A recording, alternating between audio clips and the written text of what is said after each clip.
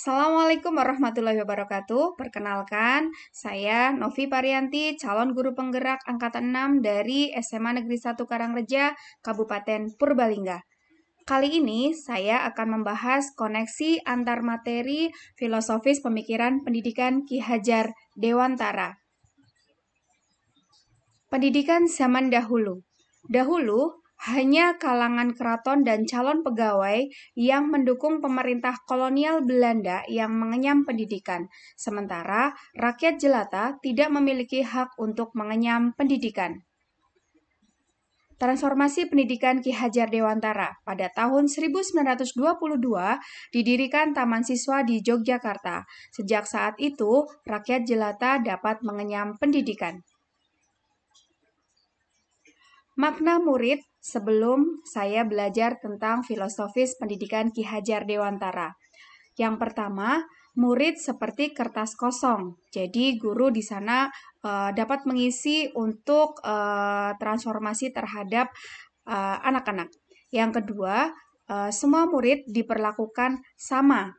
Artinya, guru tidak melihat bakat dan minat masing-masing. Dalam pembelajaran, semua menggunakan cara yang sama. Makna pembelajaran sebelum saya belajar filosofis pendidikan Ki Hajar Dewantara.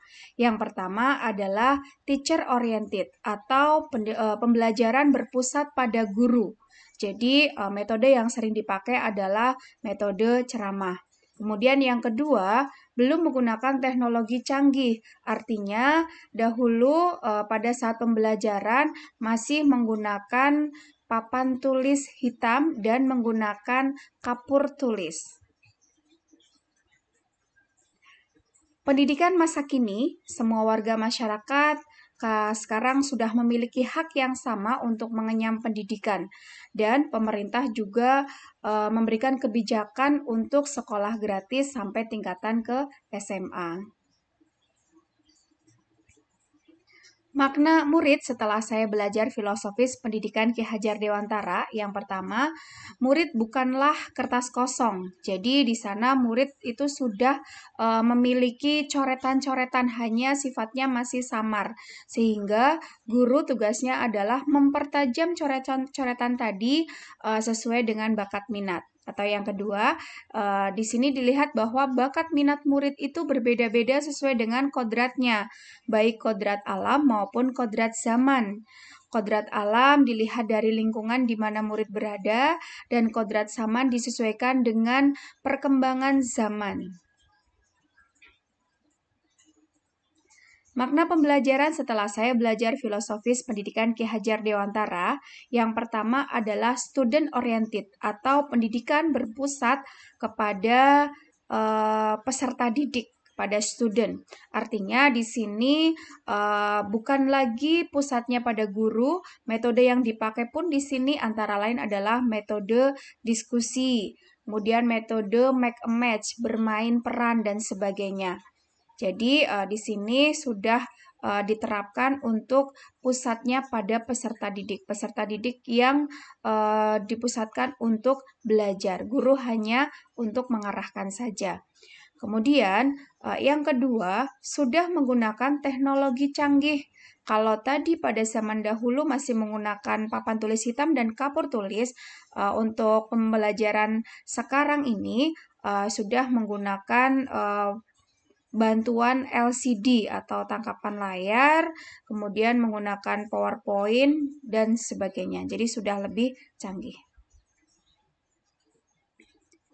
Makna pembelajaran setelah saya belajar filosofis pendidikan Ki Hajar Dewantara yang berikutnya adalah yang ketiga, pendidik sebagai among. Sifatnya adalah pendidik sebagai menuntun atau penuntun. Jadi karena sesuai dengan kodratnya anak masing-masing, maka di sini pendidik harus mampu mendeteksi kebutuhan dari masing-masing peserta didik sesuai dengan bakatnya tadi. Pendidik tidak bisa memaksakan untuk semuanya itu harus sama, ya. Jadi sesuai dengan bakat dan minatnya masing-masing. Jadi ada yang mungkin kapasitasnya sedang, rendah, dan tinggi. Jadi di sana pendidik menuntun sesuai dengan kebutuhan, sesuai dengan kodrat mereka. Kemudian yang keempat, pendidik di sini sebagai Ingarso Sung Tulodo, Ing Madio Mangunkarso, dan Tuturi Handayani. Di depan memberikan contoh, di tengah membangun semangat, dan di belakang memberikan dorongan. Jadi di sini bagaimana pendidik itu bisa menjadi contoh yang baik untuk peserta didik dalam rangka untuk mewujudkan budi pekerti yang baik pada peserta didik. Kemudian pendidik juga memberikan semangat dan dorongan untuk menuntun peserta didik menemukan kesuksesannya masing-masing sesuai dengan bakat dan minat mereka.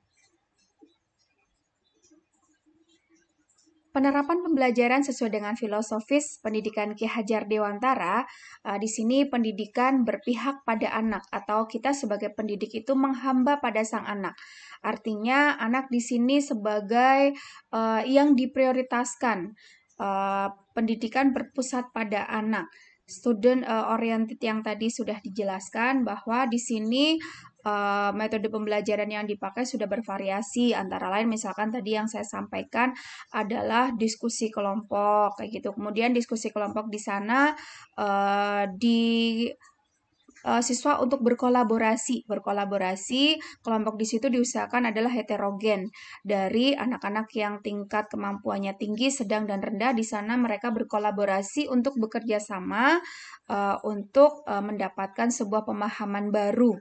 Dan di sana terjadi tutor sebaya pada anak-anak yang berkemampuan tinggi terhadap anak-anak yang berkemampuan rendah. Kemudian anak juga dituntut untuk berani mengungkapkan pendapat, menyampaikan pendapatnya setelah mereka berdiskusi kelompok. Jadi nanti ada presentasi kelompok, mereka berbagi, ada yang siapa yang sebagai moderator, kemudian penyaji materi, kemudian yang menjawab pertanyaan, atau juga yang sebagai notulen. Kemudian guru juga bisa memberikan penghargaan kepada mereka yang sudah aktif atau kelompok yang sudah kelompok terbaik pada saat pembelajaran. Ya, jadilah guru yang dirindukan, berikan pelayanan yang terbaik kepada anak. Jadi jangan sampai kehadiran kita tidak diharapkan oleh anak, tapi kehadiran kita adalah kehadiran yang dirindukan di tengah-tengah mereka. Selain pembelajaran di kelas, kita juga bisa mengarahkan bakat dan minat anak di luar kelas, antara lain dengan ekstrakurikuler. Misalkan di sini bisa dilihat ekstrakurikuler olahraga, ada voli dan juga tenis meja. Kemudian kita juga bisa mengarahkan bakat minat mereka di organisasi, ada keorganisasian OSIS, kemudian organisasi pramuka, dan juga organisasi yang lain yang ada di sekolah masing-masing. Kemudian kita juga bisa mengarahkan mungkin mereka yang punya bakat seni, kita arahkan untuk pembuatan poster dan juga lukisan-lukisan yang bisa dipajang di area SMA Negeri 1 Karangreja, dan juga mungkin yang tertarik pada kerajinan, di situ bisa dilihat itu adalah kerajinan pembuatan ekobrik menjadi tempat duduk yang bisa dipakai untuk mereka bersantai di kala istirahat. Kemudian kita juga bisa melihat bakat minat anak yang lain, misalkan yang suka petualang, dia bisa mengikuti kegiatan ekstrakurikuler pecinta alam. Kemudian mereka yang punya bakat on air bisa diarahkan untuk kerjasama mengisi kegiatan di radio tertentu kayak gitu. Kemarin kita bekerja sama dengan KIU, Radio KIU Purbalingga.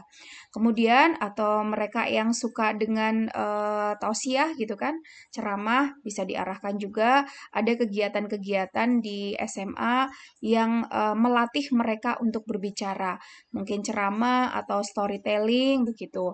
Kemudian anak juga yang tertarik dengan literasi, kita arahkan untuk adanya kegiatan-kegiatan yang mengarah ke literasi, misalkan bedah buku dan sebagainya. Di sini bedah buku yang dibedah adalah produk dari karya SMA Negeri 1 Karangreja, karya Bapak dan Ibu Guru, serta siswa SMA Negeri 1 Karangreja, melalui ekstrakurikuler jurnalistik.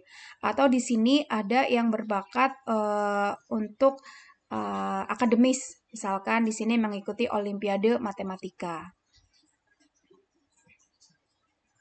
Kemudian kita juga bisa mengarahkan anak untuk melestarikan budaya yang ada di sekitar kita.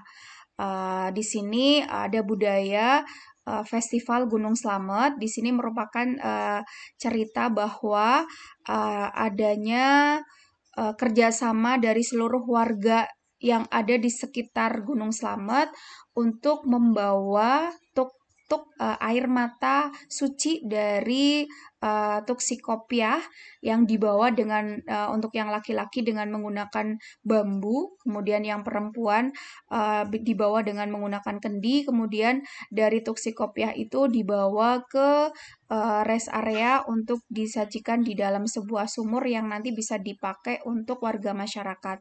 Di sana juga ada sajian ucapan syukur dari warga masyarakat terkait dengan hasil pertanian yang ada buah-buahan dan juga sayur-sayuran yang ada bisa disajikan untuk diberikan kepada warga masyarakat secara cuma-cuma sebagai ucapan syukur.